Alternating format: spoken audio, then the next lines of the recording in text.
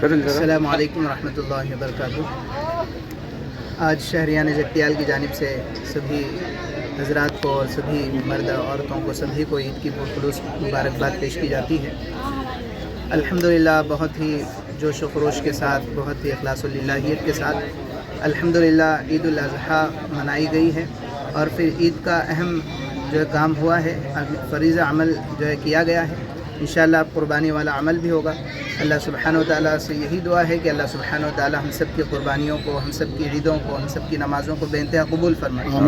और यही दुआ करते हैं कि जो वक्फ़ कानून जिसके अंदर तरमीम की गई है कि आज हिंदुस्तान ही नहीं बल्कि पूरी दुनिया का हर मुसलमान और हर सेक्युलर आदमी इस सिलसिले में मुतफक्किर है कि अल्लाह करे कि जो कानून वक्फ़ जिसके अंदर तरमीम की गई है, हम सब यही दुआ करते हैं कि अल्लाह सुब्हानहू व तआला उसका ख़ातिमा फरमाए, जल्द से जल्द वो काला क़ानून वापस हो और हम सब की मसाजिद, मसाजिद और फिर इसी तरह खानक़ाहें सब के सब बहाल हों और तमाम ही मज़ाहिब के लोग खुश व खुर्रम इस मुल्क के अंदर ज़िंदगी गुजारें, पूरी दुनिया में ज़िंदगी गुजारें। हम सब यही दुआ करते हैं। और फिर मुस्लिम पर्सनल लॉ बोर्ड की जानिब से भी जो क़ियादत हम सबको मिल रही है, इंशाअल्लाह हम उसके ऊपर पूरे कारबंद रहेंगे और जैसे जैसे इशारे जोशो बातें हमको मिलेंगी इंशाअल्लाह पूरी तरह हम उस पर अमल पैरा होंगे।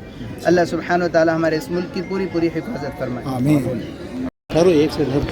अस्सलामु अलैकुम वरहमतुल्लाहि वबरकातुहू। మొట్టమొదటిగా నా దేశ సోదరిమణులకు బక్రీద్ శుభాకాంక్షలు. బక్రీద్ అనేది ఒక త్యాగానికి ప్రతీక.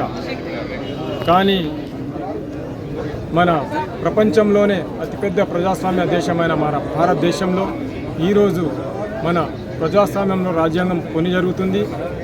కేంద్ర ప్రభుత్వం ఒక మతానికి హింసపరిచే విధంగా, ఒక మతానికి చెందిన హక్కులను కాలరాల్చే విధంగా రాత్రికి రాత్రే నల్ల చట్టాలని తయారు చేసి బలవంతంగా ఒక వర్గంపై రుద్దడం చేయడానికి ప్రయత్నాలు జరుగుతున్నాయి.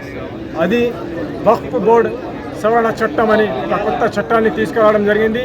దీనిని దేశ ప్రజలందరూ, ఒక ముస్లిం వర్గమే కాదు ప్రతి సామాజిక వర్గం నుండి ఈ కొత్త వక్ఫ్ బోర్డ్ చట్టాన్ని ముక్త ఖండంతో ఖండిస్తూ వ్యతిరేకడం జరుగుతుంది.